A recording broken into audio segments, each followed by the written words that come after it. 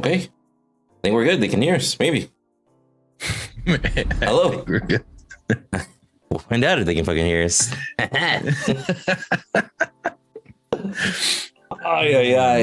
What's up, guys? Welcome to this week's episode of the Fall Partner Panel. And we actually haven't been here in a couple weeks. We've been having a lot of technical issues, real life issues, like personal life shit that just always keeps on intervening, right? But we're here. Shout out to the homie Goose. He was not able to make it, but everybody go to his latest YouTube video right now and leave the comment Sag. He'll get it later. Right? But yeah, so for those of you that don't know, in the Fall Partner Panel, viewers, they found out Goose isn't here. You imagine. So for those of you that don't know what the Fall Partner Panel is, essentially we just get together on a weekly basis and we go over the recent changes in Fall, as far as updates, as far as things that they should do, things that they have done, things that they haven't done. The current state, yeah. You guys are going to see I'm a little bit more opinionated than most, but let's go ahead and introduce ourselves. If we could start off with Stunt, then Bearded, then myself. Go ahead and introduce yourself, guys. What's up, everybody? I'm Stomp B, bringing you Hollywood action to the gaming arenas. I like it. Now he's not. Yay! I like it. My dude hit me with a bang bang. All right. Well, it's almost like Goose is still here. Just starts me laughing instantly going into my intro. All right. What's going on, everybody? I'm the Bearded Wolverine, your Michigan Wonder, also a Fault Partner, and excited again to bring these back to you. Sorry we missed you the last few weeks, but here we are again. True, and I am Windu, also known as WinduTheMace. We actually, all of us here basically just cover all these Paragon remakes, 3D MOBA related content in general, right? But as we mentioned earlier, this podcast is essentially focused on going over Fall. Now, I'll be real with you. In the last week, not really much has gone on. Last few weeks, actually, we had a decent sized patch, granted. So we're actually going to get right into it here. But correct me if I'm wrong, we haven't really seen much. I saw they retweeted Pappy Plays post. Pappy put that he has a 750 Ti, and on 720p he can get 60 FPS. Which, to each his own. I mean, I guess kind of cool, right? Decent retweet, like whatever. They should probably be engaging a little bit more on Twitter, more retweets, comments, etc. in my opinion. But I haven't really seen anything else. Have you guys seen anything from them? Out of curiosity? Has anybody made posts like that to retweet?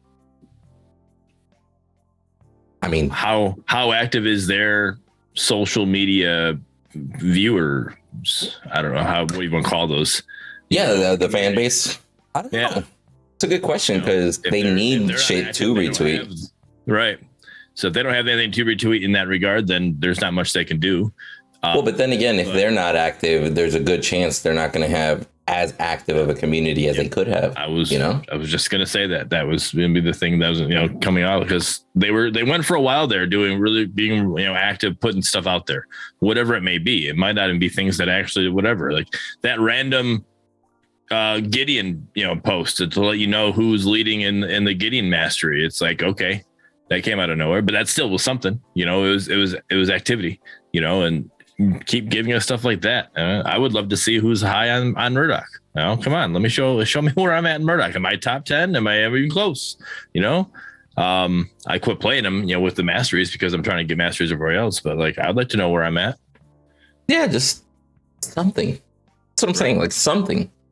I've said this for fucking years at this point, quite frankly. They easily could go to Twitch, go to the top clips in the last 7 days and shout out random content creators, throw their link on there and be like, check them out, go follow them. Promote the streaming community, Yep. But no, let's get right to this patch here. So have you guys played this patch? Stunt, I saw you online last night, and I know you played a game with us, but have you played it besides that, by any chance? No solo queue, but I've played it. I've played a few times with this new patch. Okay. Yeah. So how do you guys feel about optimization? I love frame drops. I love it.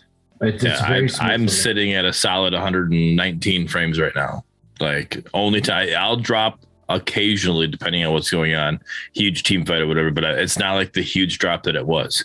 It doesn't go from that, 120 all of a sudden down to 2, or down to 30. I'll drop a little bit, but it's still not like you're doing well. Yeah, I'll be real with you. I didn't even notice. Like my shit's locked at 60. I haven't unlocked it. That's just me being lazy, to be real with you. Like I easily could go to the menu and just click to unlock.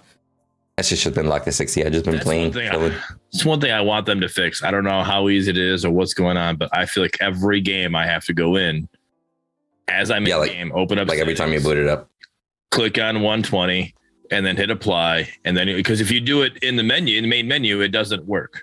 It's got to be in game, and then you can get that. And I forget about it, so I'll play 2-3 games and look over like, shit, here I am. Like, that's what I'm saying. Like, I'm to the point where I'm like, I'll be real with you. I'm just used to playing at 60 now. Like, I always forget to hit that bitch. I'll look over and be like, I've been at 60 for 5 hours. Rip. I want to promote the optimization for the game and show as I'm streaming. I want the viewers to be able to see, okay, he's sitting at a solid 119 frames. Like, we're doing really well. But I have to remember every game to go in and do that. It's like, that gets annoying. It's like, can you just have it to where whatever settings I have, it stays at? I don't know if it's a bug that's causing it to drop back. I don't know what's happening there, but I don't know. I would like to see that to be fixed and it's been there for a while, like a good year or two. So that I really want that. My issues, which was very minority. Minimal when it comes to issues. The issue, like the bug that I've had, only I was a minority in this bug. I didn't have the ability to change, standard cast, instacast, or smart cast to any of my heroes. That that menu didn't pop up. It was there. The window was there, but it was empty. Like I didn't see any, hero names or anything, so I couldn't make any of those changes. So that's there now. So that they changed that one. They fixed that one. And there was another one they fixed that I was having. That was, again, I was a part of a minority that had it, but I can't remember what it was. But that doesn't happen anymore. I'm like, all right, well, I'm glad to see those bugs fixed. Yeah, it's nice to see they're working on things. They're not mentioned in the bug fixes. At least I don't remember them being mentioned. When we go over, I'll make sure I read it. But yeah, I mean, it also could be that maybe they fixed it for you, but maybe it's not fixed 100% for everyone that was having that issue. So that's why it's not officially named. They usually word that in that way. I can't remember how. I'll go back through and read some of these, but some of they fix some of the or whatever. The certain words that they'll read it. That's not it doesn't say 100% fixed. It'll be like, okay, they fix some instances where this happens, But we'll see. Or didn't specifically fix that bug. They fixed something else and it automatically fixed that with it. Pause. That could be as well. Could be as well, because they were having a hard time finding that bug again, because it was a minority of us that had that issue, and then, or at least minority of us that spoke up about that issue anyways, and then they couldn't find it, they couldn't mimic it to be like, okay, this is the issue, let's fix it. So it was a tough one. Yeah, and then we see also that they implemented the foundation so that skins can have their own VFX and sound effects. Which is dope, because I'm waiting for Summer Fun Twin Blast to come back. Hell yes. Yes. Boy, yes. I'm fucking annoyed that they implemented the groundwork for it, but then didn't fucking use it. Oh. You feel me? It's like saying, bro, we just brought this great bulldozer so we can build a building. That shit's still in the garage, though. It's like, what the fuck? Oh, I don't know. It hit me weird. I understand where you're coming from. It makes sense. You've been waiting for it for a while. You've been asking for it for a long time. I think besides you, I think for everyone else, well, and you and the other people that are on that board, right? I'm not necessarily there. Would it be great to have Summer Twin Blast, Summer Fun Twin Blast, what we're going to call it? Like, yeah, that'd be great. But I'm not like, oh my gosh, I need this to happen. This is more of like that teaser and that excitement builder is what this is letting you know that, hey, stay tuned, something's coming. And so I understand this and I'm okay with this. Before we get too far into this patch, though, I'll start reading all this stuff. I do want to be the Windu in this situation and be kind of negative in this, because before this patch came out, we had quite a few, was 3-4 weeks that we didn't have anything, and they were quiet. They weren't saying anything. And usually when those, like, they're quiet, I even said it in my latest YouTube video, like, when they're quiet for this long a time, there's something big is happening. I was expecting something more than this when patch was being talked. Interesting. I was expecting something. I was expecting a hero. I was expecting that middle number to change. I wasn't. Gotcha. You weren't expecting just another patch, so to speak. This is something like, I get, like, optimization takes time. So maybe optimization didn't have to be in this patch, but, like, give me some of these general fixes. Give me the history tab, and some of these balancing. Cause, like, we played with Fang Mao being unbalanced for so long. Like, just give us the little bit of that stuff 2 weeks ago, whatever. And have that be 16.2, and then 16.3 could be the rest of this stuff that you took and be a couple of weeks down the road, and split this stuff up and have it be so it's not so stagnant when it comes to dropping the patches. I just feel like there was so much buildup to this, and it wasn't as big as the buildup that was there. So I wasn't as excited when I saw it. But overall, the patch is great. The optimization is great. I do like the history tab, and we'll go into that farther as we go in. I was just expecting more with that quiet nose to the grindstone for so long. I actually was too. When the notification came up that Vault had when the notification came up on Discord and stuff, I was expecting to see, like, a teaser for a new hero, because obviously during those weeks we had stuff going on, but I was expecting as soon as that event was done for a hero to at least a teaser for a hero to come up. Right. Seeing how many people actually didn't know about Fault, and learning that a lot of the MOBA community had no idea what Fault was, I was thinking this was a good time to bring some players in with the new hero. Yeah. I was okay with the hero not being here. But again, I was hoping for something like drop this small patch, but, like, take some things out because things weren't ready. All right. I get that. Things weren't ready, but drop a small patch. I would have been okay with a skin. Yeah. But drop a small patch right when or just before OverPrime was finishing up their closed beta. Make the announcement just to generate some hype. And then people are like, okay, well, OverPrime's actually, winding down. I'll jump over to Fault, see what that new patch is looking like. Even though it's a small patch, it was nothing big, and then generate that hype there. Bringing a hero, a big patch, right? That middle number changing could cause the issue that we had when we did that, free weekend. And it was like optimization was horrible. And it was just we don't want to bring people over, and have it be a bad experience because they just came from a game that they think is number 1 or number 2 or whatever. We want to give them that ability, like, hey, look, this game's feeling just as good or better, which I can see why they hit optimization update. So I get that, at least that part, Right. Yeah. No, I just said I was the time that took nose to the grindstone, not no social media updates, none of that stuff. I was thinking something big is coming, and then it was this. Now, that being said, this patch is great. I really enjoy everything that is in this patch. So let's go over it. All right. Again, we already talked about optimization and the skins, and so let's get into game mechanics, right? In general, we got low health camera effect. Reduce the low health camera effect so that it takes up less of the screen based on the player feedback. So they're taking all of our player feedback in Discord and everywhere else that we make the feedback announcements or whatever. And now that big red, like, hey, you're low health, it's not going to be so daunting on your screen and show just you. It's going to show everything else around you as well. Not bad. I'm okay with that. Yeah. Yep. So Damage taken indicator. Change the damage taken indicator around the player's crosshair to only show when a turret or an enemy hero damages the player. Duration indicator showing up reduced from 2 to 1.5 seconds. So this is like, so basically all that time, anytime that a minion was hitting you, you were just being, like, especially a wave of minions, you're just being like almost. Oh, I didn't even realize that. Yeah. My issue with this though is minions hurt. And now you're not even going to know that you're getting hit by minions. That's a good point, bro, because those minions will fuck you up the most in the first 3 minutes.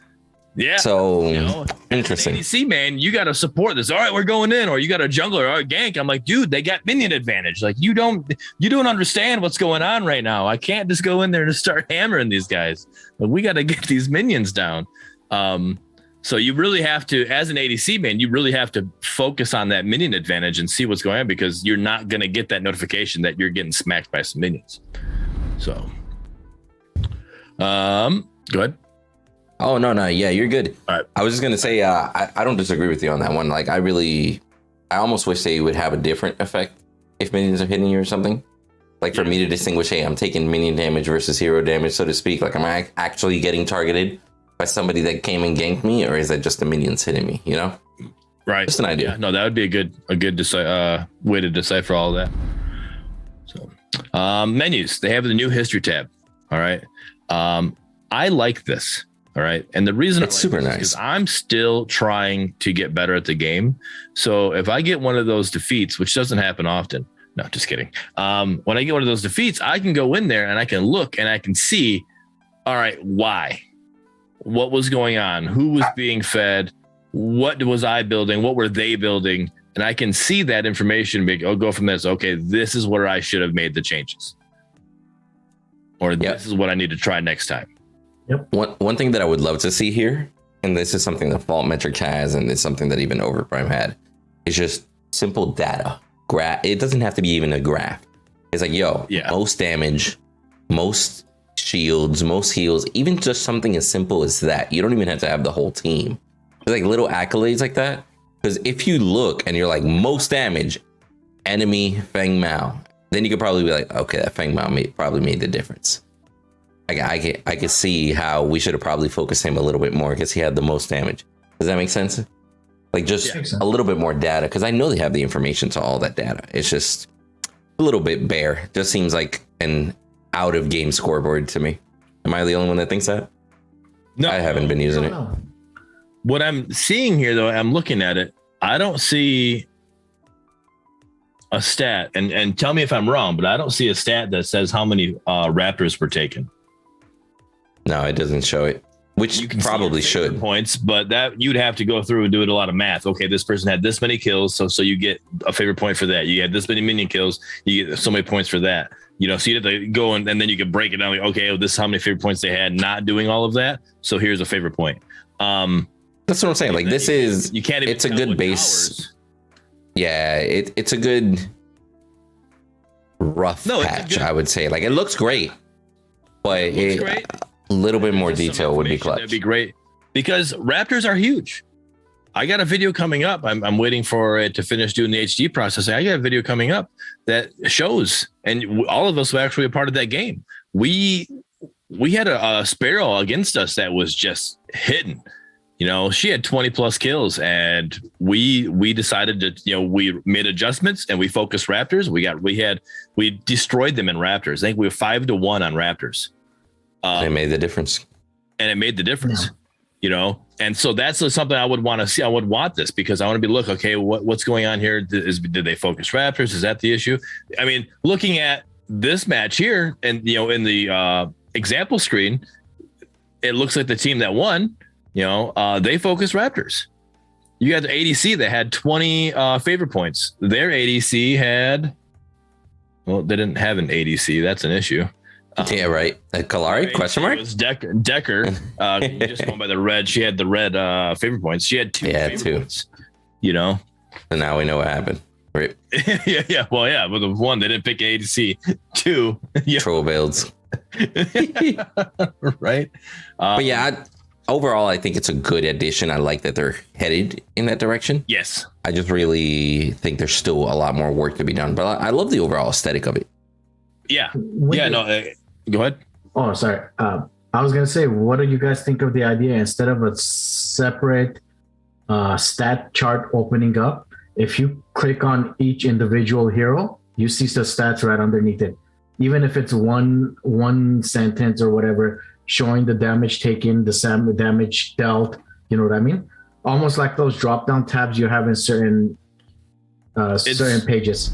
It's too hard for you to just for that one hero to see how that hero did compared to the rest of people. You'd have to click on one. Okay, that person did this, and then go through to the rest of them. It's better to have like fault metrics and have that, that wave chart or whatever, and you can see where at in the game. At 20 minutes in the game, this person was spiking, and then we changed. I would love to I should go back and look at that fault metrics version of the game we had with that Sparrow. She did really well, but where was that turning point? Because we made things change and brought it back.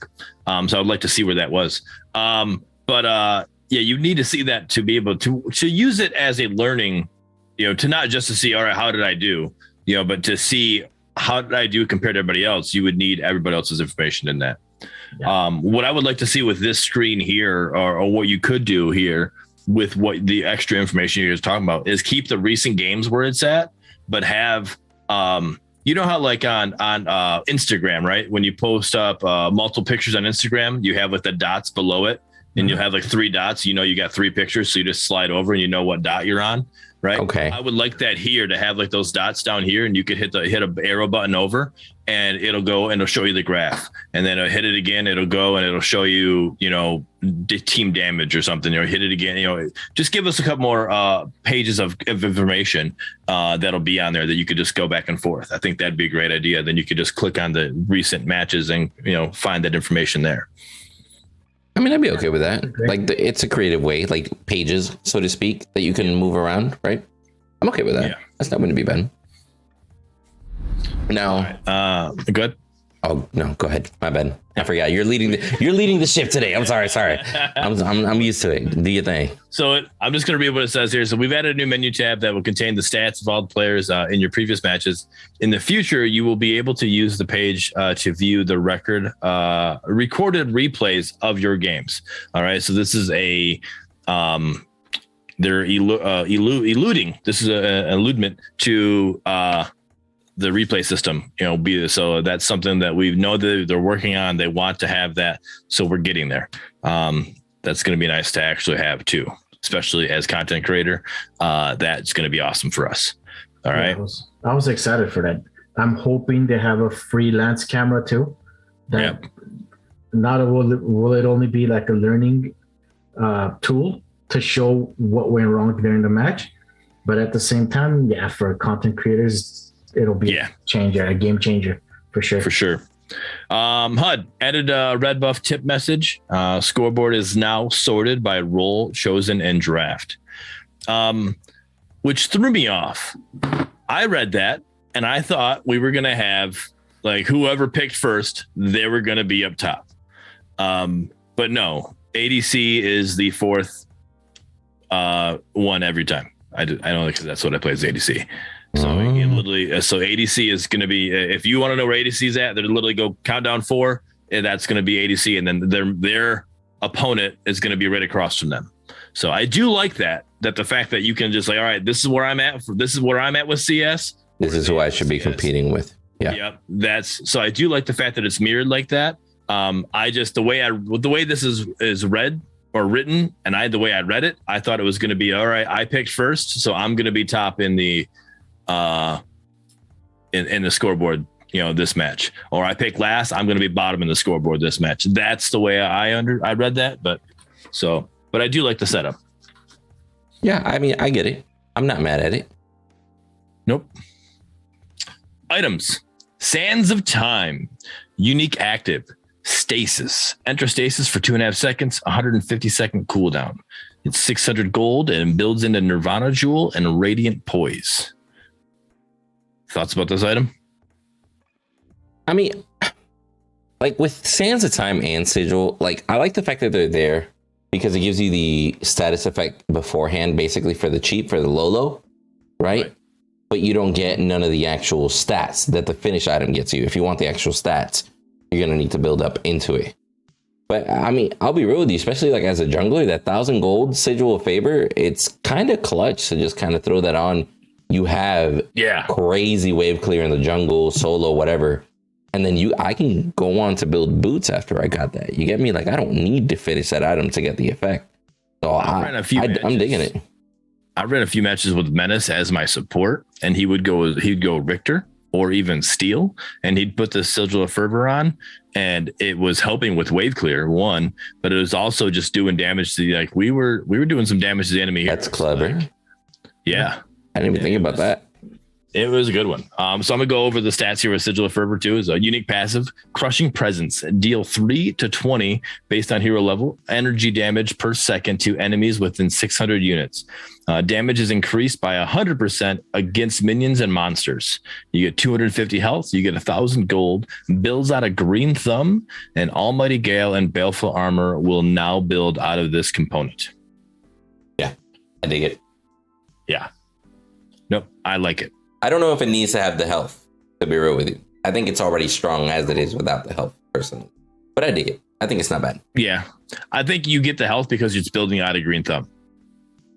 Yeah, I mean, that's true. It's like, hey, the one before, like, they have to put a tree into it, right? I mean, they don't have to. A lot of these mid-tier items don't have a tree. It's just a standalone. But, okay, I mean, I get it. Just giving it a little bit more synergy, I suppose. It does cost 1,000 as opposed to 600, 800 or something. So you do pay for it. So what is that one that we like to use for the blade item? The acidic iron, small little piece. Yeah, which is. Yep. Yeah. Items like that are cool. Like you saw me, I was a Sevarog, just full tank. And then we got in a little bit of a tricky situation. So I built Trauma and I built something else. I forgot what it was. But I just literally built 3 smaller tier items that were like 1,000 each, and I got 3 status effects. And I was like, yo, this shit works. Let's go. It worked with Greystone a lot too, in solo lane. Worked great. Yeah, I can imagine. Yep. All right, bug fixes. General, fix an issue causing left mouse button inputs to be interrupted and not go through. This was an issue. I felt like, especially as an ADC, like your main damage is your left mouse button. So when all of a sudden you're like, what's going on, guys? Like, I'm not shooting. Probably really that shit made me. Sorry, like I switched mouse. Greystone. Mouse. Mises. Mooses. Yeah, that shit literally. Shout out to Stunt actually, because he got me a new mouse. Because I was like, yo, my mouse is fucking up, bro. My mouse is fucking up. I don't know what's happening. Yeah, got a new mouse. It's out here getting people to get people new mouses. Gotta have good gaming mooses. True. Gaming mooses, right? Make sure they're Canadian. All right, aspects. Clairvoyant. All-seeing eye is now correctly granting the 25% ward radius increase. All right. I would have never known that it wasn't granting it. Yeah, well, I wouldn't either because I don't use it. So, well, it was never really, out of all of the support aspects, it really wasn't one of the ones that I'm like, okay, this is like, I felt like it was the lesser of the 3. I mean, and I could be wrong with that, and that's good. You know, I'm not the best at the game. Yeah, so it depends on a better reason to have it, but yeah, it depends on if you're one of those people that uses actives a lot, then you would actually run that one a little bit more. You know? Okay. Yep. So, Countess, her ultimate, her feast, fix an issue where Countess would get stunned during feast and stay airborne. Lamau, is that the floating one? No, that one got fixed. Maybe a different one. The flying countess? Yeah. That's got to be different. Yeah.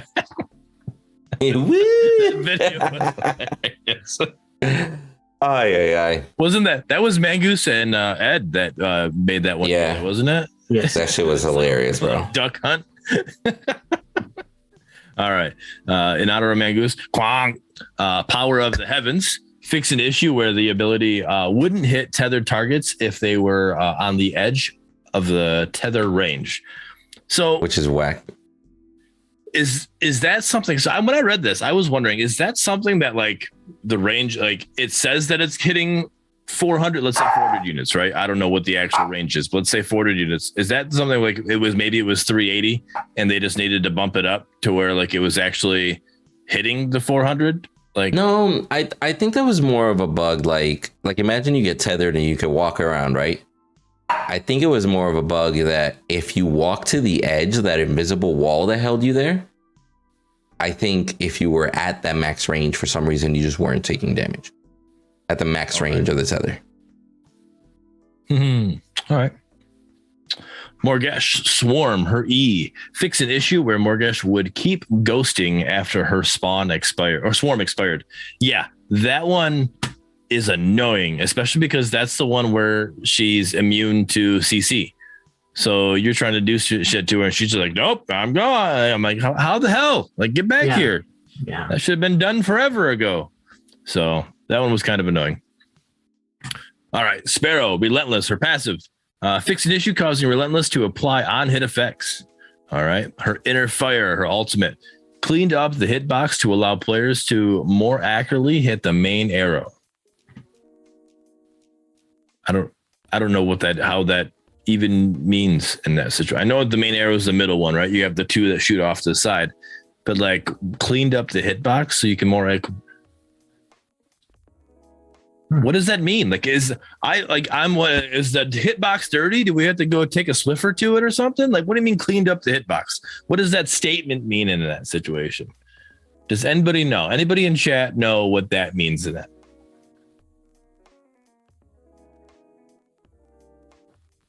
It's the same statement they used for Richter to remember for the pool when they said they made the hitbox smaller. I don't know if Sparrow's hitbox was like if you shot, but even then they made it right smaller. Or whatever. You know what I mean? That's what they're probably talking about. They cleaned it up for an accurate shot. I mean, the wording is a little weird. I'm okay, but like the Richter one, they made it. You made it smaller. That's what you did. Cleaned it up. I don't know what that like. Was it too bulky? Was it small? Was it? I don't know what cleaned it up means. So they cleaned it up to register the main arrow correctly instead of doing reduced damage from a side arrow. All right, I'm sorry, Amos, but I'm lost on that one as well. So, Windu cleaned up the hitbox to allow players to more accurately hit the main arrow. What does cleaned up the hitbox mean to you? Oh, okay. He just said side arrows would overlap the main one. Yeah, I'll be real with you. That's just one of those things that we could sit here all day and be like, this is what they meant. But I have no idea what type of English they're talking here. I don't know. I'm just like, did they take a Swiffer? Was it a vacuum? Like, how did you clean up the hitbox? It doesn't make sense to me. And maybe it's just me not understanding. Yeah, maybe that's just a terminology because I've heard of reducing the hitbox, fixing a hitbox. Maybe the hitbox was just wrong, but cleaning up a hitbox. I don't know. Maybe it's all of the above that I just mentioned, or maybe it's just one of those, you know. And Amos said that they cleaned up the register of the main arrow correctly instead of doing reduced damage from the side arrow. And they said side arrows would overlap the main arrow. So I don't know. I'm just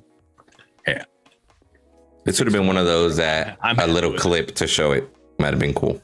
Personally, yeah, that would have been a little weird thing to show you past and present. Here it is now. That would be cool. This one was definitely needed. Oh my gosh, this next one was so annoying. Twin Blast Rocket Dash. Fix an issue after Twin Blast was stunned. Rocket Dash would always move you forward, and that statement is actually wrong. It always would move you forward in the direction, like actually. So if you're going into lane, the way you're going to lane, that's the way you're gonna go. Right. Because when I turn, I'm like, oh shit, I gotta go. And I'm trying to rocket towards my tower. Guess where I went? Back toward their tower. And I'm like, what? I wasn't even facing that way. I literally was going this way. How did I go backwards? It was, oh my God, it was bad. you just like put yourself into a bad situation even worse. Like when you're trying to. Yeah, I stopped playing him because of that. Loki. Yep. Like it was scuffed as hell. I'm glad they fixed that. Yeah. Yes, definitely. What's going on, Pappy? How we doing, buddy? All right. HUD. All right. Fix an issue where reconnecting caused communication features to not work. Fix an issue with the ultimate ready indicators being lit before level 6. That's lit. No pun intended. All right. All right. Map structures. Towers. Fix an issue causing the minion counter on towers to reflect all minions under towers in that lane instead of the specific tower.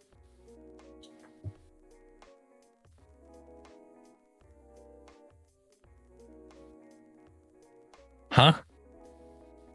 Maybe they wrote it backwards. Maybe it used to show all the minions in the lane, and now they fixed it so it only shows the minions in the tower.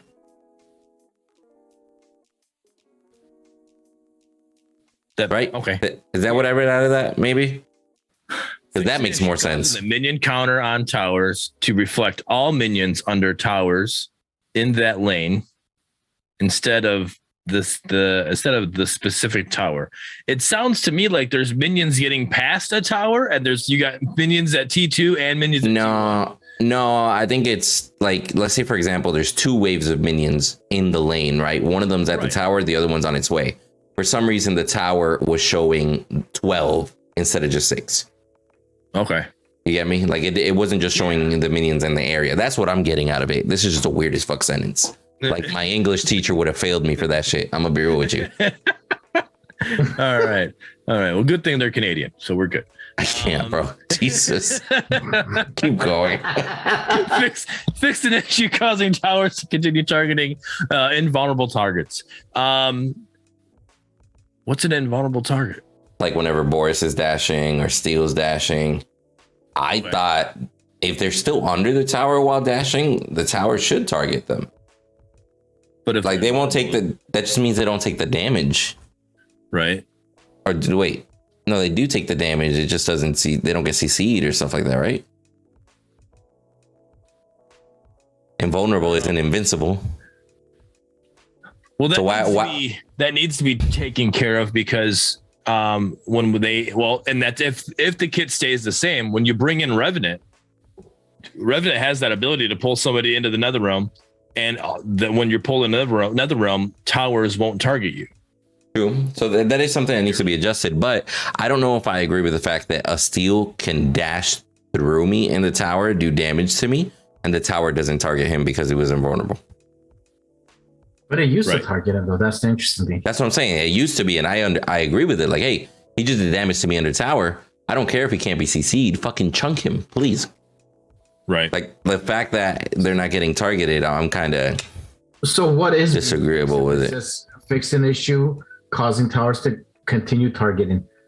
After the Steel has gone through the target, the tower would still target him? Or Pappy in the chat is saying maybe it's more of a directing to Gray's ultimate. Like the fact when he goes up in the air and everything, the tower stays locked onto him instead of switching targets. So maybe that is it, because that is a situation where homie goes like 30,000 feet in the air. The tower should switch targets, quite frankly. Should they though? Right. He's still under a tower. Well, that's the thing. If he goes that far up in the air, it's like a Miro ulting. She technically leaves the tower's range. You get me? Right. Okay. Yeah. That and he also, I think they should stop targeting him because he dies. Right. His ultimate is a reset. So I don't think you should continue targeting him because you're not going to keep shooting a dead guy. Now yes, we all know that he comes back, but like that's part of his ultimate. Is he's supposed to die, go to heaven, come back, right? That's the whole thing. I agree. It definitely shouldn't target him in that case. I think that's probably the best example. Light 2272 saying Countess Q as well. Probably not, because Countess isn't invulnerable at any point. So this is more than likely referring to like a Steel, a Boris, more than likely Greystone above all. Again, this is one of those I wish I would have seen a clip, because the fact that we have to debate about it is kind of weird, Yeah. So, all right, jungle. Fix Dawn side dual lane jungle wall not being traversable. Dawn side dual lane, jungle wall not being traversable. Sure. Okay. Yeah, sure. I don't know. All right. English. I'm an ADC main. None of my ADCs are able to traverse walls anyway, so I don't have Dawn side. So Dawn side duo. That's blue jungle. Apparently, there's a wall that you're supposed to be able to walk through, and they fixed it, or walk on, and they fixed it. You know what I'm saying? Like, this is like much love to the homies. And I'm not even gonna, like, I had one beer. I should not be struggling to understand what the fuck these sentences are saying, bro. I'm like, yo. Yeah, I honestly don't get that personally. I'll be real with you. Again, I would like to see in a video. Kind of like when they showed that they fixed it. Just showing the area that you're. Well, no, you remember when they showed the GIF, like, I don't know, like 2-3 months ago, whenever they fixed the fact that there was a wall that you could stand on, but they didn't want you to. So they showed the Decker standing on it before, and then they showed the Decker jumping on it, but immediately falling off, saying, hey, we fixed that wall. Like, it's something simple like that, you know? Right. Especially if you're not going to do a major patch, you could at least throw a little GIF in there. The fall on the blue side jungle, blue side, I think. I think it is blue side. I just don't. Yeah, it's definitely on the blue side, but I don't know what wall needs to be traversable. And that literally means that you can walk on it. What wall are you supposed to walk on? I'm guessing it is that one. It is that one that we're talking about. Literally that Decker one that we're talking about. Maybe. I'm guessing it is that one because I do remember they reverted that back because of community feedback. Because everyone does have the ability to get up there. The whole point was you didn't want people to to get up there because you don't have the ability. You do have the ability. You just got to go around the stairs and get up there. I mean, yeah, I suppose. It is do you also suppose it's the other one where as you're going into the jungle to the blue side, you know, the stairs that go into the gold lane where you can see the gold, where you can see Prime, Raptor, and gold. You do have people that wall used there to too. slide down from there. When they would stand on that wall, they'd slide down. You got that one as well. That one makes more sense. I don't know. Well, too little fucking information. Anyway, next menu. Go. Right. Next menu draft. Fix an issue in draft where you couldn't trade for the last 10 seconds. All right. I think that's good. I think the first initial, the trade for roll should last a little bit longer.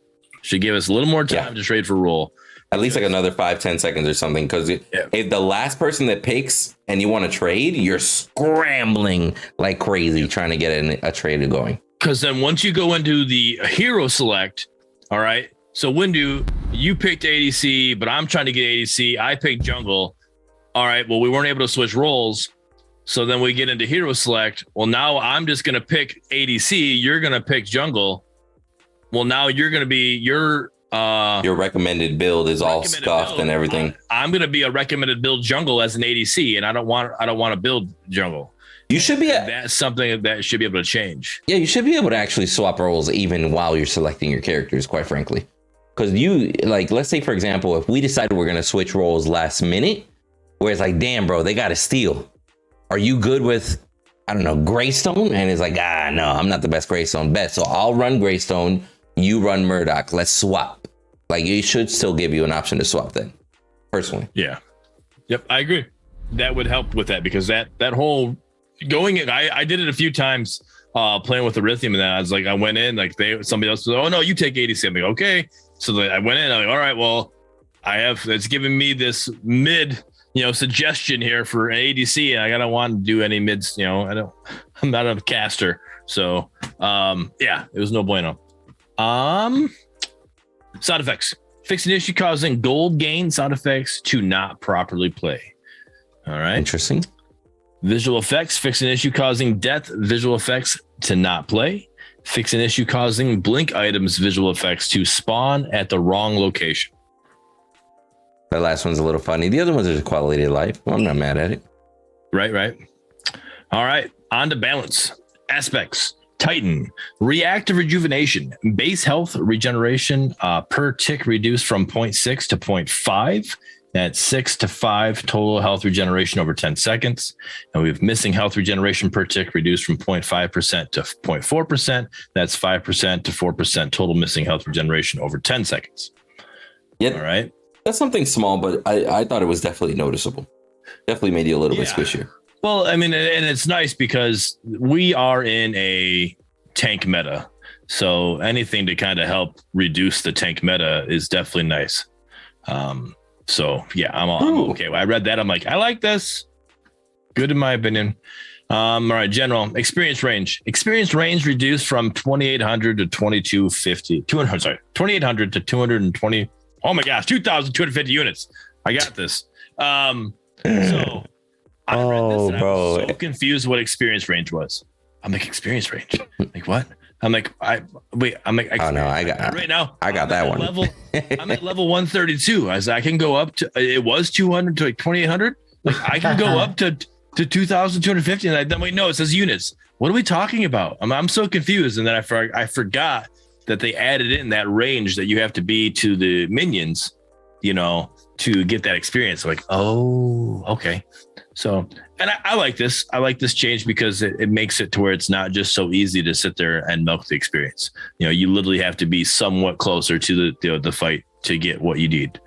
So yeah, again, it's about a carry range and a half.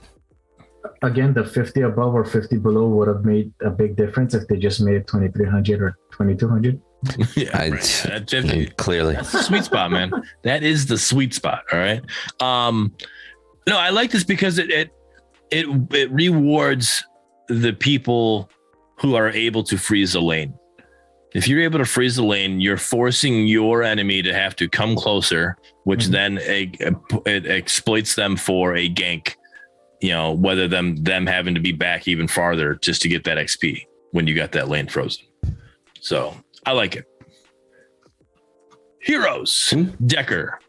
Ionic Restoration, her passive.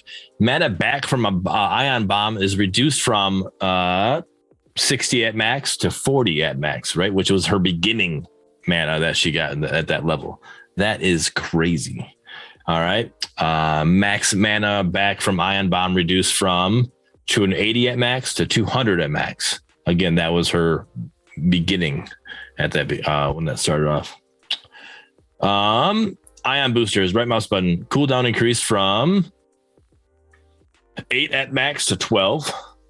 And then vertical distance from 400 to 600 at all levels. Mana cost increased from 70 at max to 80 at max. And decaying movement speed increased from 40% to 50%. So I'll tell you what, you can tell those mana difference.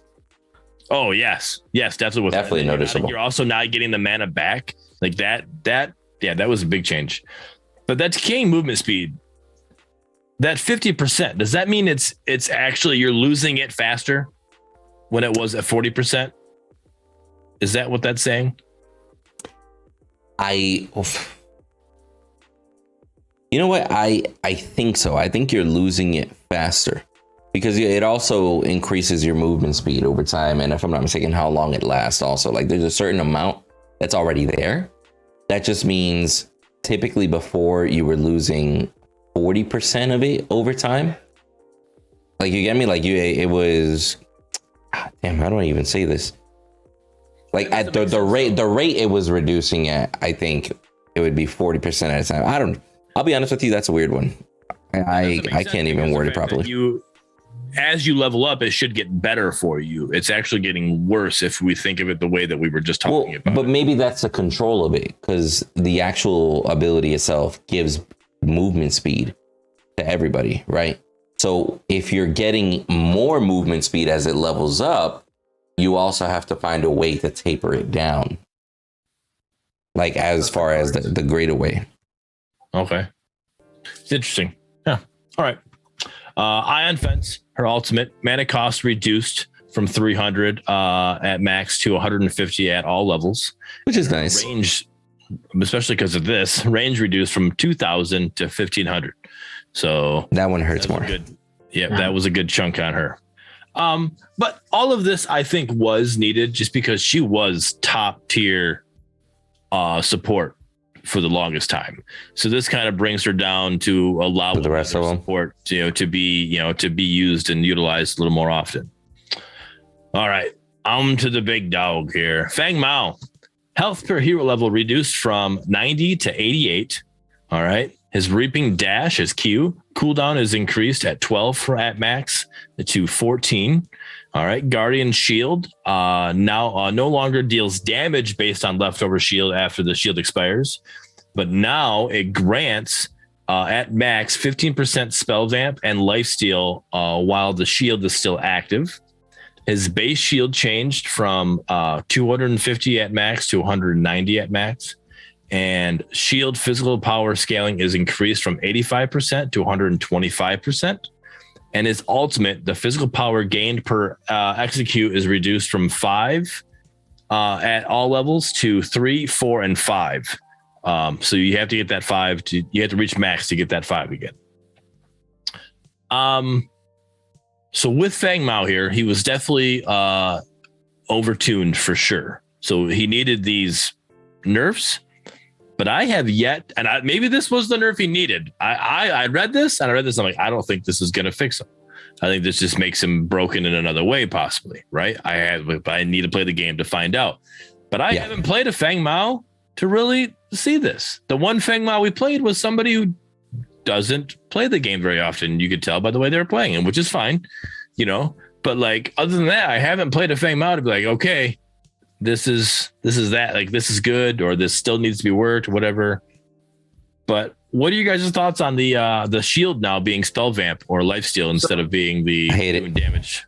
It's interesting. You don't have damage for his shield burst, or he doesn't have a shield burst, but yet his physical shield scaling is up from 85 to 125. Doesn't it kind of cancel each other?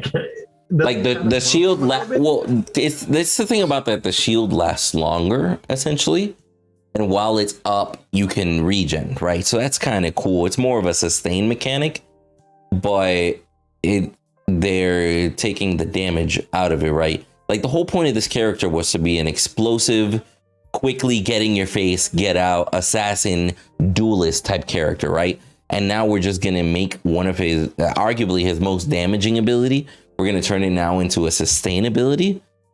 Like, you're trying to make him into like an assassin duelist like you said you were trying? Or are you just now reverting to old school Feng Mao? Let's just make him a bruiser instead. But doesn't it become extra tanky with this ability, even though his damage is out? No, because here's the thing. With this extra percentage of... More frontliner, yes. Less damage output, though. And that's the whole thing about it. Like, what was interesting about his kit, even though they were struggling to balance it, was how much damage output he actually had. He was fairly, like, that shield, if the whole point to going up against a Feng Mao is you had to destroy that shield. If not, the shield was going to do damage to you. It was a warning that everybody knew, right? You want to melt that shield. Where the problem is now, it's like, now he has even more shield, and he's regenning under the shield. So he's way more tankier now. So a green Feng Mao with, what's it called? Like a stim gauntlet is way more valid now, by all means. But it's just he doesn't have that damage burst. Like, literally his only damaging... I mean, I guess you could say his teleport damages a bit, right? But you're not going to teleport in the middle of a fight 2 feet, like a foot away, just to apply an instance of damage. You're literally just left clicking and hitting Q. Yeah. Not Q, sorry, E. It's way. I mean, well, no, if your ultimate's up, you're just going to use the ultimate at that point. Yeah, but you don't want to... Our good Feng Mao is not going to waste the ultimate. He's going to wait for an execute, right? So you're literally just holding left click. Like, you might have to build a little bit of attack speed on Feng Mao. Because motherfucker's his damage output has gotten nerfed so much. Yeah. So I thought the reset, the nerf I wanted him to have was the fact that he has no mana. It doesn't cost any mana for him to reuse his ultimate. And that's what I wanted him to have. I wanted him to have that ultimate to like have it like just not saying it has to like, let's say it costs 100 mana for the ultimate. I wanted it to be, all right, so it's 100 mana for the first ultimate, right? But let's like, and the next ultimate is 50. The next ultimate's 25, right? If you're able to get 3 ultimates off, you kind of get a little reward by not have to use all your mana, but you should still have to use mana because it is an ability. That was where I was thinking that would help, the fact that he's able to go in and use all of his abilities and still has mana and he still, and then he can also just keep using his ultimate. I was like, that's just too much. I don't mind the fact that you're able to, it resets on execute.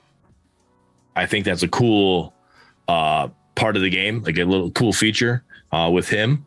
But like, I think there still needs to be a risk reward for it. Like it shouldn't just be like, here you go, you're just instantly rewarded with this and it's going to be free the whole time. Just land them all, and I think that was just too much.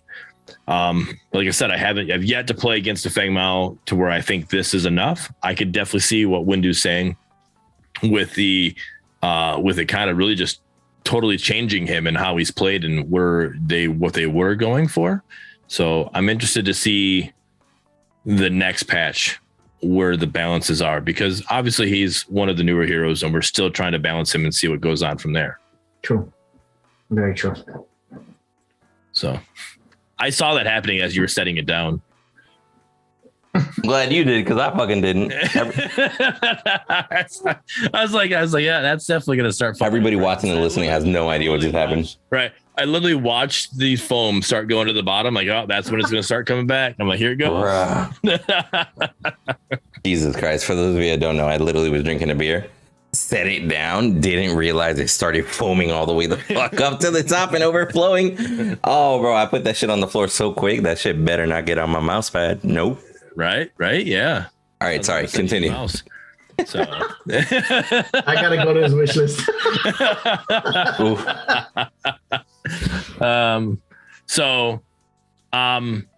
Yeah, I want your input though, Windu. Like his execute, his ultimate, the resetting ultimate on execute. Yeah.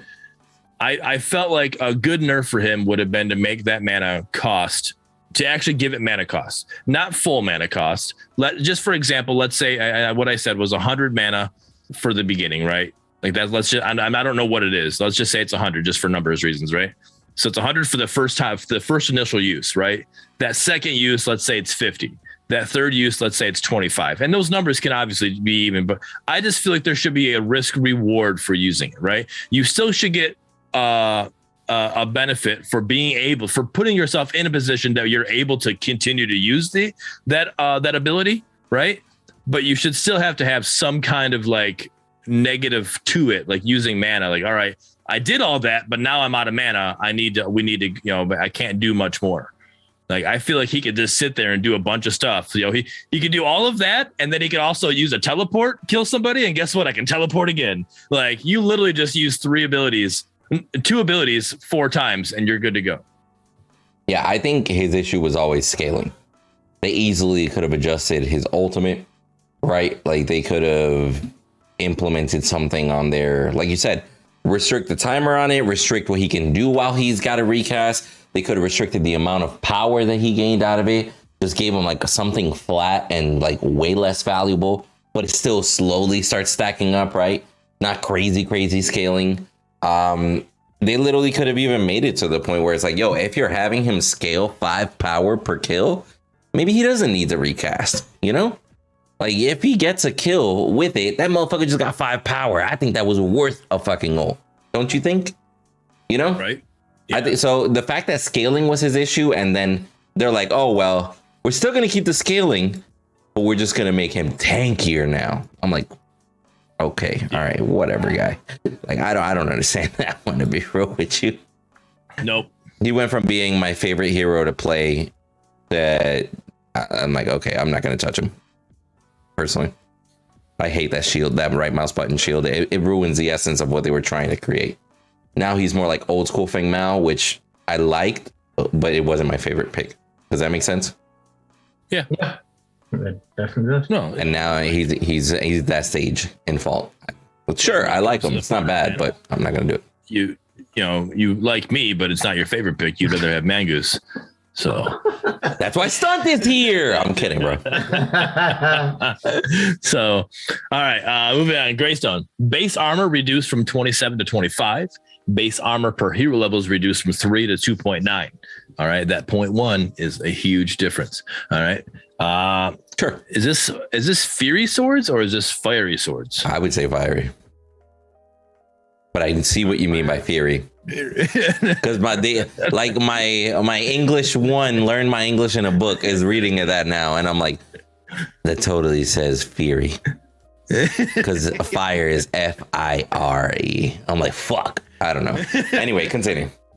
So whatever that word is, swords, base damage reduced at 280 at max to 260 at max. Physical power scaling is increased from 20% to 22% per tick, and that's 200% to 220% total physical power scaling over 5 seconds. All right. Champion's Courage, his E. Basic damage is reduced from 220 at max to 180 at max. Physical power scaling is increased from 30 to 70%. That's a huge increase there. Yeah. Cooldown changed from 12 at max to 14 at max, and disarm duration is reduced from 2 to 1.75. It's interesting that they made him less tanky, more damage. I could definitely tell because Stunt was going up against a Boris yesterday, and he was not as tanky as he should have been. Right. But I think the damage output though against the Boris, I've had it against the Steel, where before they get to like level 6. You're pretty much melting them, especially with that item for Bell Arm. Yeah. The I think this is a good change. I'll have to see it over time though, for sure. But I think with his passive, that change to his passive, they kind of reworked him a little bit. I think Jungle Greystone is going to be more valid now, personally. Yeah. Yep. That disarm felt a little different too. You can feel that even though the changes by like the decimals seem small, you felt a big difference when you were playing Greystone. Well, you felt that 40% difference is what you felt. Oh yeah. Well, that's 30 to 7. The disarm. Yeah. Feeling was crazy. So, all right. Kwang. Health regeneration reduced from 1.2 to 1. Health regeneration per level reduced from 0.13 to 0.12. Mana regeneration per level increased from 0.15 to 0.16. All right. Gift of the Heavens is passive. Passive healing percentage is increased from 15% at max to 20% at max. Judgment of the Heavens is Q. Base damage changed from 135 at max to 180 at max. Cooldown increased from 11 at max to 14 at max. And tether duration increased from 2.4 to 2 seconds at all levels. And mana cost changed from 75 at all levels to 95 at max now. So 75, 80, 85, 90, 95. So the little kid in me wanted to go and 100. So okay. Power of the Heavens. Energy power scaling increased from 60% to 85%. Mana cost reduced from 75 at all levels, 75 at max to 60 at all levels. That's actually, that right there is huge because you look at these numbers, right? So it was 55, 60, 65, 70, 75. So you now have his mana cost. What his mana cost at level 2 is what his mana cost is at all levels now. Yeah. So like that right there, like you just already saved yourself level 3, level 4, level 5, like instantly right away. That's crazy. I mean, it hurts you in the beginning for a little bit, but like that's not like that's 5 mana. Like that's not, you're not being hurt that much. So that's crazy. Light of the Heavens is right mouse button. Energy power scaling increased from 50 to 65. Cooldown increased from at 8 at max to 12 at all levels. Mana cost reduced from 75 at max to 60 at max. And shield bonus health scaling increased from 5% to 10%. Shield energy power scaling increased from 30% to 45%. I'll tell you what. I've seen a full tank Wang destroy people now because of all these damage buffs that they gave him. Yep. Yeah. like actually destroying and just picking aspects that give you adaptive power, like Beast Hunter. Like actually fucking people up while still building full tank. Like, I don't understand why they're like, hey, we need to get away from damage meta. So let's make Greystone a little less tankier. Or let's make Quang strong as shit and not affect his tankiness at all. Like, this motherfucker is big, bro. Even with Titan Slayer, you're putting in work if he's really beefy. If he gets ahead in game, that's trouble. And you add Fang Mao to it with his shield. I understand the buff to Quang for the reason. I mean, he needed some love regardless. Like he was whack. Love, but like there's literally 3 paragraphs here of every, like, he got hit at passive Q, E, R&B. The only thing that didn't get touched was his ultimate. Yeah. That's the only thing that didn't get touched. So like he literally got, this is borderline a rework, bro. Yeah.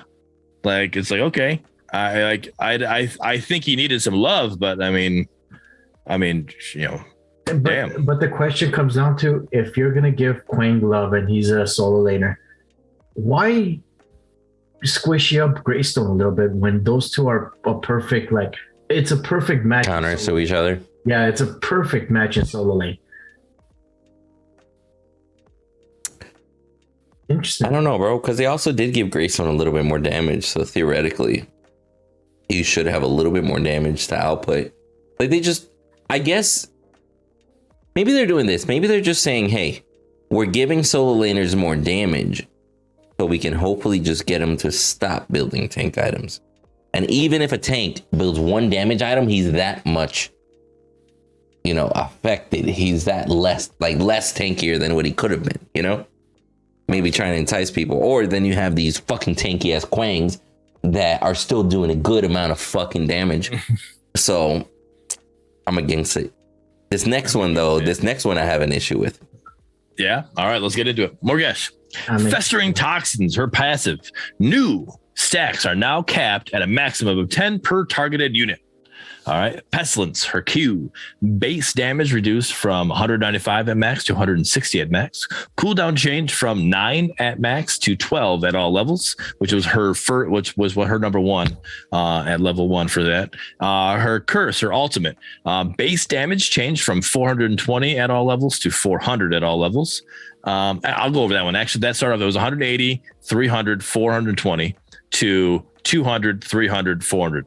Stronger in the beginning, a little bit weaker towards the end. Exactly. Yep. It literally is. That's your definition of balance. Really, it's like, all right, let's bring this over here. Let's balance. Yeah, let's round it out. Yeah. Yep. All right. Her mark, her right mouse button. New Morgesh can now target all enemy units. Marking a non-hero will keep the mark on the last hero marked until Morgesh targets a new hero. Pause. What the fuck? Yes. Was anyone thinking, let me mark a minion and do damage to it, but I can still keep my mark on the Murdock that I marked 20 minutes ago because I've only been marking minions? Like, what? Bro, like, yo, it's the whole point of her not being as valid of a laner early game and having to rely on her damage over time and running through the minions and throwing her hive and everything was because she was so strong at a single target. Like, she can literally fuck one person up and delete them really quick because she's a burst caster, right? Right. Like burst caster assassin sort of type. Like, she's not a true assassin, but she can do some sneaky shit with that ult. Like, the fact that now you give her the freedom, an already oppressive hero that was already dominating solo lane, you now give her the ability to mark minions, and she doesn't lose her original mark on a hero.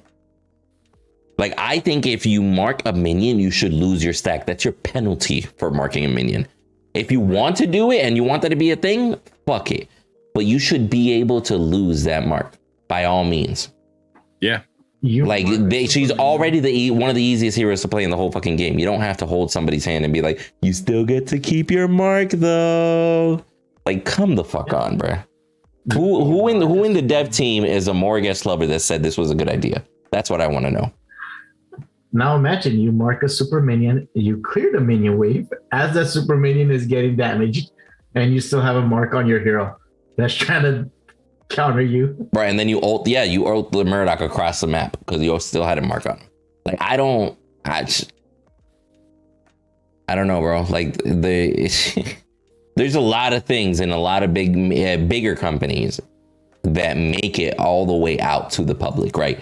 Like, there should have been at least 5 different conversations between the idea, the actual implementation, the balancing, and actually making it to the public, where somebody said, hey man, this is kind of scuffed.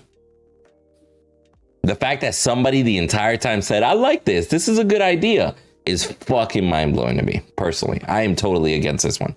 They really need to make it like, if you mark a minion, get rid of the mark on the hero. Or just don't let her fucking mark a minion. It's that simple. If a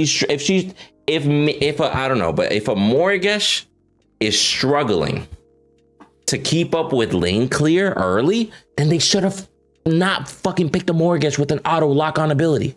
Yeah. How about that? You know what we're getting next patch, right? She's gonna be able to mark shrines. She can't right now? I thought she could. Because it counts. You can mark shrines. I'm pretty sure you can mark a shrine, bro. You can walk up to a shrine, mark it, do your hive, apply the damage and everything, and destroy it faster. And I think that's one of the reasons why they might have done it, because they're like, hey, every time she goes to fight for a shrine, every time that she's fighting minions, it's like she doesn't have one ability in her kit. But that one ability in her kit is the fucking strongest ability in her kit. It's an auto lock on that triggers the ult. Like, hello, bro. Yeah. You don't need to make that one broken easiest ability in the game even more broken. Like, hello. Who approved this? Why did this get from idea to implementation to testing out to the public and nobody said, hey man, no bueno? Oh my God. Okay, sorry. I'm ranting. Go ahead. You're good. I think the dev was Armadillon, because Armadillon loves OP. He loves OP characters. So, just kidding. Hashtag blame Arma. Lamau. Yeah. So, hey man, my Wi-Fi cut out. Blame Arma. He sent his llama to chew up my router. So yeah, I'm just wondering what the old, because I wonder if there's a tie-in with the new passive, if they're trying to balance that, whatever. I don't know what the old passive was, so I can't I don't know for sure, because the stacks are now capped at maximum 10 per targeted unit. Was it not stacked? Was it not capped? What, what is, I don't know. So I try to understand that. Yeah, but I'm not 100% sure on that one either. But yeah, moving forward. Damage changed from 175 at max to 140 at max. Energy power scaling reduced from 65% to 60%. Cooldown changed from 6 at all levels to 9.3 in the beginning, 8.1, 6.9, 5.7, 4.5 seconds. So not only are you able to now mark all these units and still keep it on the last hero you hit, is that'll cost you less mana? It's the cooldown. You can do it faster now when you max it out. You can do it 2.5 seconds faster. Or 1.5. Oh, I mean, yeah. When you're on the last 2 upgrades, you can mark faster for less mana. Yep. Like over half the difference. Yeah. Less mana. Like a significant amount. Like, so you can like clack, clack, clack, clack. Just keep marking people, or keep marking the. I guess just like if you're going for a raptor by yourself as a Morgus, mark that raptor 10 times and then snipe the color that's coming in with that ult, because she's been marked the whole fucking time. I don't know. So base damage is 140, right? So that's 35 less than what it was at max, right? Your scaling is 5% less, right? But you can do it faster and it costs you less mana. So you can do it even more times. Mm-hmm. at what point does that not, like, I'd have to do the math, and I haven't done the math yet, but I would have to say that I think you're still doing more damage. Bro, I got you. It is a simple math. 2 + 2 - 1 = broken. So, yeah. All right. I'm telling you, I'm not okay with that right mouse button at all. Like everything about it, the cooldown, the mana cost, the fact that they're like, hey, we're going to let you mark minions, and we're going to at max level have the mana cost only be 30 mana. At max level, the cooldown is only going to be 4.5. If you build cooldown, it'll be even lower. Should we nerf the power? Yeah, about 5%. Again, yeah. I'm at this entire little 5 bullet points right there. I cannot defend at all. Whoever came up with that, quite frankly, we got to talk. Next. Jesus. Right. Items. Blinks. General. All right. Blinks now have their own cooldown each. They no longer share the same cooldown, so purchasing an item that builds out of the lesser blink will not have it be set on cooldown. All right. Changed all blinks to now work in combat. So let me understand this. If we buy the lesser blink and we use it, and then we go back to base and get the max blink, it's now not on cool. We're not still waiting for that cooldown to finish itself. It's technically correct because it has its own cooldown, but I think this is more of a, hey, you can run quantum blink and the lesser blink, and they have different cooldowns. You can run quantum blink and curse blink, and they have different cooldowns. Can you though? That's what it says. Each one of them has different cooldowns. But and they are different items. Same unique passive. It's not passive. That's a passive. It's not a passive. It's an active. Yeah, but that's the thing. There are no unique actives. I don't think it's just an active. True. You get me? Only the passives have the word unique on them. Right. You're right. It's just the blinks now. Like beforehand, it was like, hey, all blinks. You could build 2 blinks, use a blink, and they're both on cooldown, which I thought was actually balanced instead of people having 2 fucking cooldowns. Right. Right. But I guess now you could have 2 fucking blinks, and they're all able to be used in combat. I was mind blown the fact that I saw Bellica fucking squaring up with me fighting, and then this bitch immediately within a split second blinked away as soon as I started ulting. I was like, this bitch can blink in the middle of combat. I looked over that part. It took me being in the actual fight to realize it. I was like, get the fuck out of here. Yeah. Double blinkter? Is that going to be a thing now? Yeah, probably. Andy, are you still here? Are you going to do a double blinkter build? Probably. Hold on. Keep going. All right. So blink, the regular blink gold cost is reduced from 600 to 500. The quantum blink cooldown increased to 240 seconds from 60 seconds. And curse blink cooldown increased from 240 seconds to 60 seconds. Okay. So, I mean, if you do use it, the cooldown's a lot longer. What's that? That's 4 times as long. Yeah. 4 times the length of it, right? I wish I was 4 times as long. Anyways, moving on. Titan's armor, health reduced from 100 to 75. All right. Titan's guard, health reduced from 100 to 75.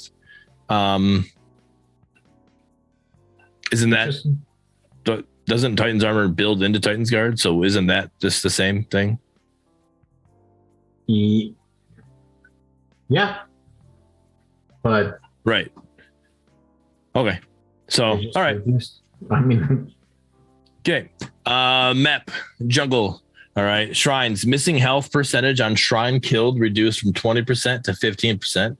Missing mana percentage on shrine killed reduced from 50% to 25%. Blue shrine bonus experience increased from 5% to 7%. Gold shrine attack speed increased from 8 to 10. Lifesteal increased from 5% to 7.5%. All right. So that makes gold shrine more of a necessity to get. Blue shrine definitely a necessity to get. Blue shrine's always been a necessity in my opinion. But you're not getting as much back from them when you're killing them. When you get that kill, you get that percentage back. You're not getting that from them. So I'll be real with you personally. The problem with Blue Shrine was the experience that you got. It wasn't the health. It wasn't the mana. That was just a nice little perk that you got out of it, right?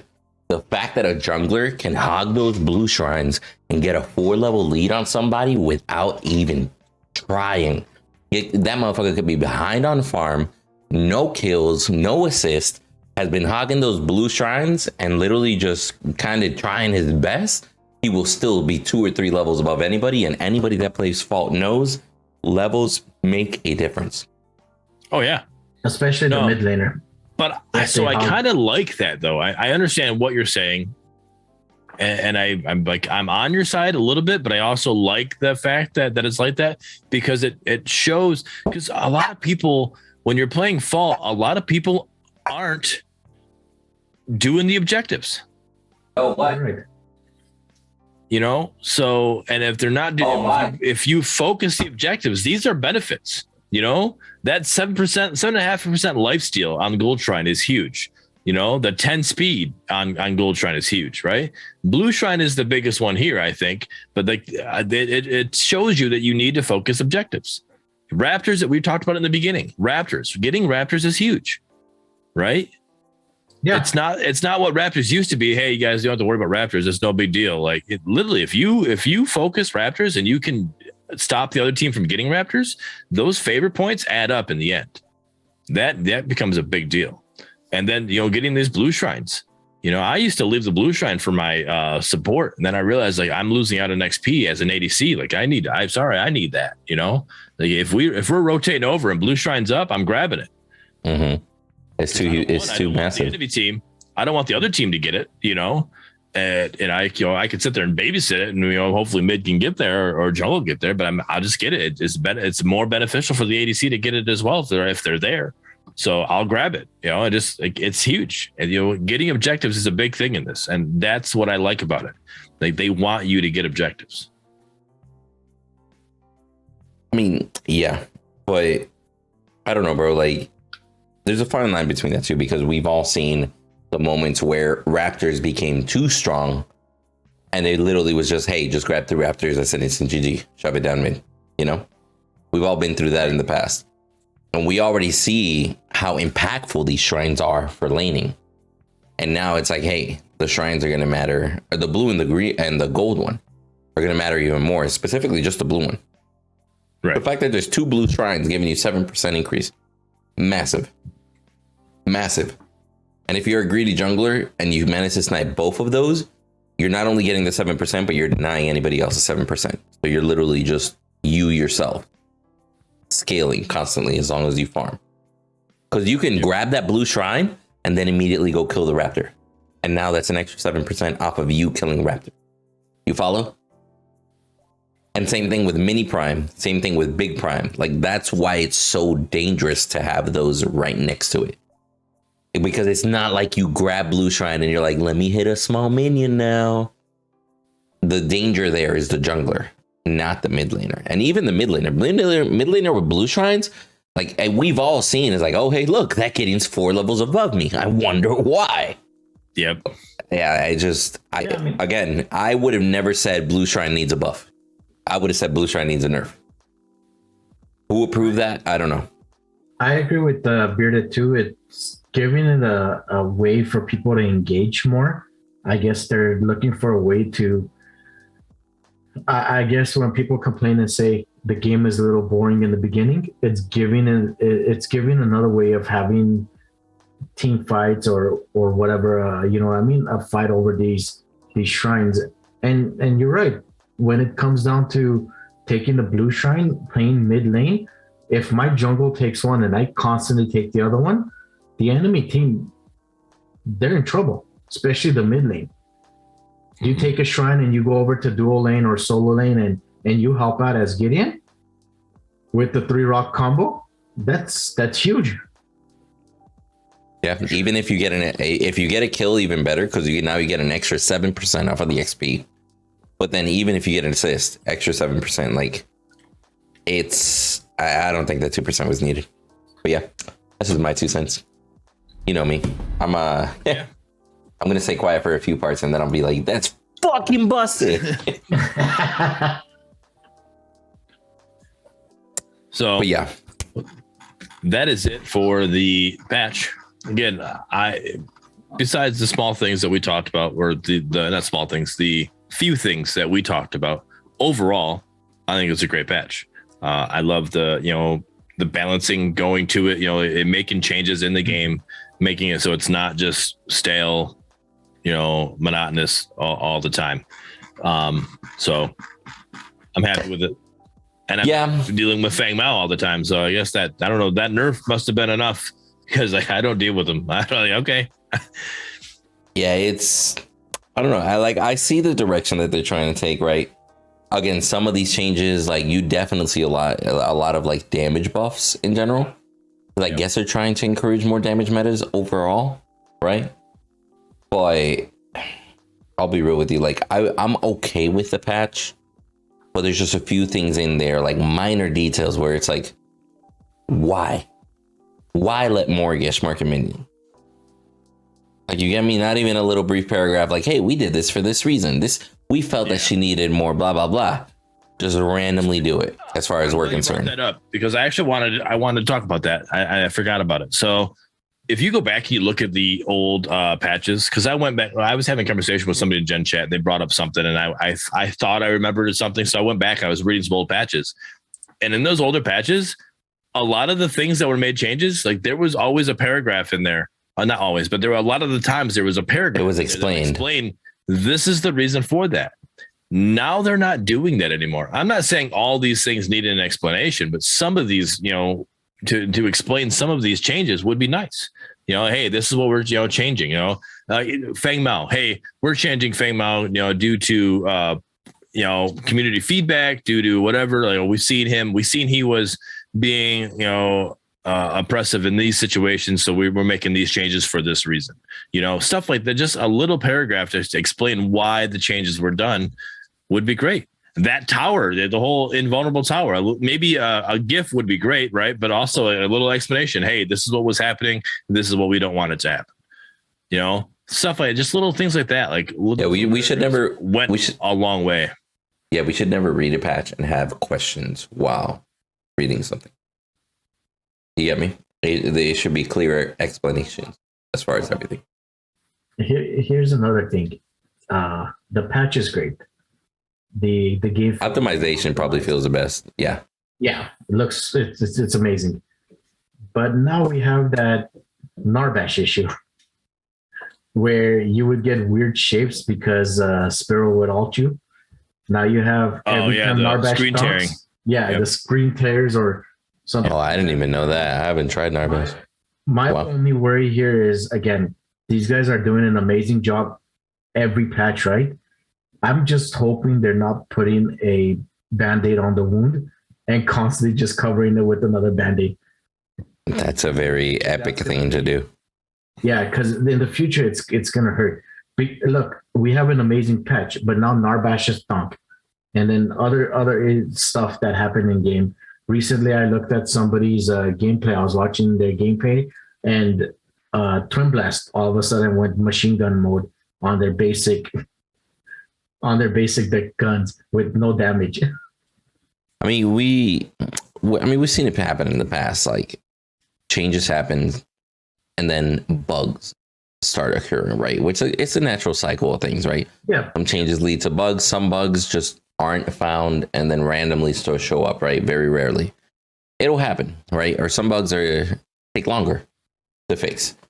So I'm not even mad that there's bugs, but given the fact that we were expecting something major out of them, and we got like, let's say like a medium-sized patch, right? We got a medium-sized patch, decent balance and stuff. Nothing much really added besides maybe the scoreboard, like the match history thing in the menu.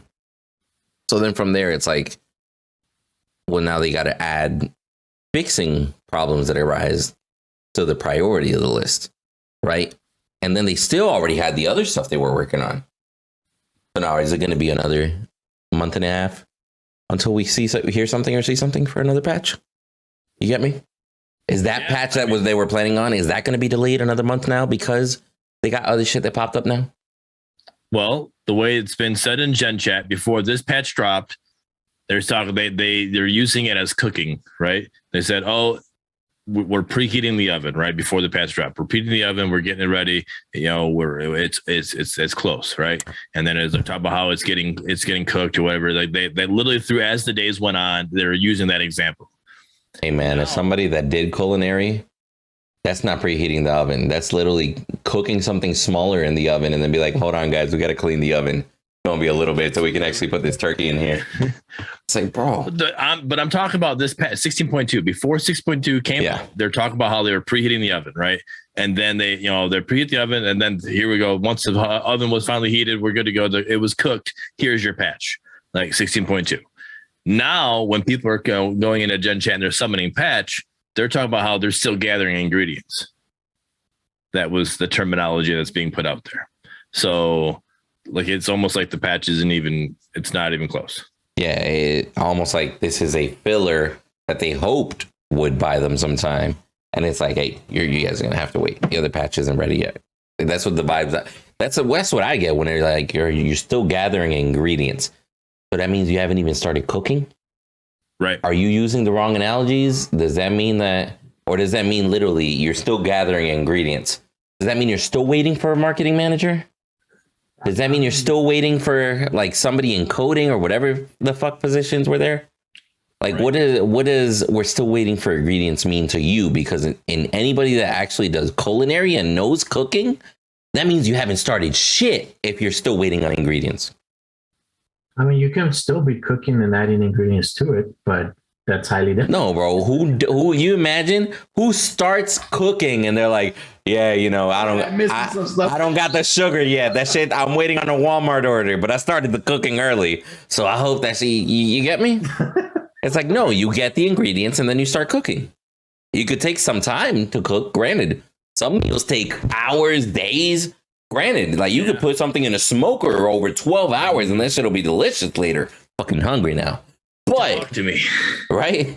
But you definitely don't start cooking without the ingredients. So maybe it's just somebody that doesn't know about culinary that started throwing that out there. And then they started vibing with that reference, right? To each his own. Right. But we're going to call it BBH. It's I'm kind of bummed at the same time, like the fact that this patch was the only thing that there was to talk about. And the only thing there has been to talk about for 3 weeks. Like we skipped weeks. Like this is our first partner panel in 3 actual weeks. And this is the only thing to talk about. We missed weeks. All right. We missed. Well, yeah. We wanted to be here to talk to you. Yeah, we wanted to be here, but shit came up. Yeah. So it's not like we purposely hit the skip button. It was more like we weren't able to. But right. Even then, this is the only thing to talk about in 3 weeks. Decent amount to talk about. Like it's a controversial patch in my eyes, but yeah, in 3 weeks, you should at least be giving me one thing a week. Like, come on, bro. Like that's lazy, in my opinion. If you don't have at least one thing a week, we gotta have a different conversation. That's the way I see it. I don't care the size of the studio. One man and a laptop could at least post a picture once a week. Change my mind. Yeah. You guys were gathering ingredients for that last week, so. Yeah, we've been gathering ingredients for the show for the last couple of weeks. Jesus, bro. There's a bunch of things they can be doing. Like bring the art bang, pictures back. Show us some more skins. Yeah, why don't we have more avatars? Yeah. What's up with that? Okay. You hear me? Avatars, sure. Sure. Yeah, avatar. Yeah. Okay. Well, no. Well, I'm talking about like the work in progress skins. Like, I got you. Okay. Great job doing the work in progress. Like, you go to work in progress. Like, here you go. Here's some skins that we're seeing. That's pretty much what the golf Sevarog skin, the vacation Sevarog, all those the panda Boris, all those skins were pretty much work in progress skins. Show us work in progress. But here's the thing: it was cool to see those, but the problem is if they show those, but then don't show the whole fucking skin for another year and a half, we got a fucking problem. You get me? Why did you show the skin if you weren't going to implement it? OverPrime's not showing those skins. But they implement them eventually. Like I'll give you an example. OverPrime did the Cyberpunk phase skin with all the neon and shit. They were teasing that shit for a while, but then the next playtest they had it, right? It's a little different when your game is already live. If you start teasing a skin, people expect that shit at least within 3 months. Like 3 months is a very generous wait for it in the modern day, right? But the fact that you tease a skin, you tease that you were able to make it go, like you were able to take it from concept to inception. They showed it going from drawing to a model. So they showed us that they made the model, and then they just never put it in the game. It's been over a year. Yeah. See, now I think that's too far. I agree with you in that situation. Showing that the model is made would be too far, but just showing us the work in progress, showing us that concept, just show us some concepts, like, so we can just have, because it's a concept. It doesn't have to be that way, but like, it doesn't even have to come to fruition. That's a good point. Yeah. Like, that would be cool. Just to fester ideas. Exactly. Or you had a great idea in the beginning, Bearded. If you want to buy some time, at least bring us 2 heroes a week with the XP points to see who the top 10 are. Yeah. All right, homies. Yeah. I'll be real with you. I got to bounce. So we're going to call it here. Thank you so much, everybody, for joining. Let's say our quick little goodbye. Stunt, what do you have to say to the community? I don't know. At this point, we've repeated everything every week. This is the same community we hang out with every day. It's always put your plugs in then. Put your plugs in then. You got a YouTube video. What's going on? Yep. Put it out there. My YouTube video is stunt_V. My Twitch is stunt_V.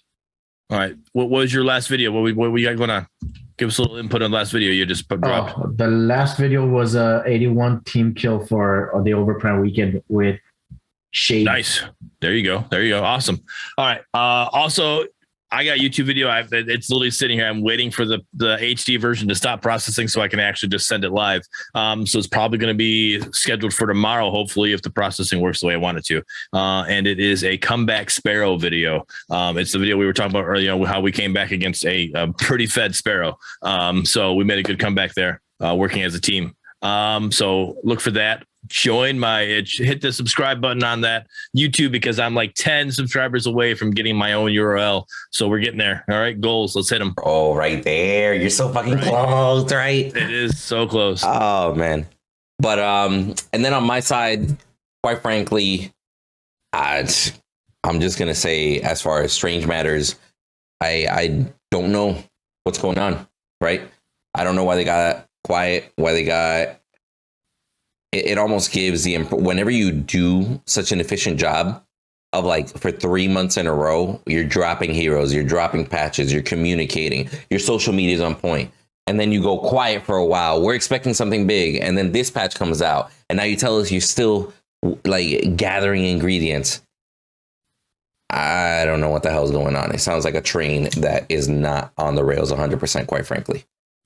And I would like to hear from the team and hear and know a little bit more direction, quite frankly. That's just me. Yeah. You guys let me know if you guys agree with what I'm saying or if you're against it. But as far as what I've been up to, started on YouTube for my car videos. So that's pretty lit. Check that shit out. I got that shit linked all over. Just me working on cars, car mods, going to car meets and shit like that. So that'll be pretty cool. And then just still posting gaming videos every week. I literally got videos ready to post at least once a week for like the next 5 months. Legit. I got plenty of videos stacked. So make sure that you follow on YouTube for that, and tune into Twitch on the weekends, because now we're weekend streamers basically, and we show some love on there. But besides that, appreciate everybody joining in. Thank you so much for all the love, guys. If you made it this far, leave a comment down below. Just put GG in the chat so we know that you made it this far. Those of you, other people that see the GG, they're not going to fucking know. So, whatever to them. But we appreciate you, homies, for making it this far. Thank you so much. The podcast will be available on Google Podcasts, Spotify, and Apple Podcasts as well here within the next week, and it will be uploaded to YouTube. Of course, a lot of you may be watching it on YouTube while these videos are live streamed on Bearded Wolverine's channel on Fridays. But we appreciate it. Thank you so much, and I hope you all have a great day, night, afternoon, evening, wherever the hell you are when you're listening to this. Much love, homies. Peace. Peace. Peace.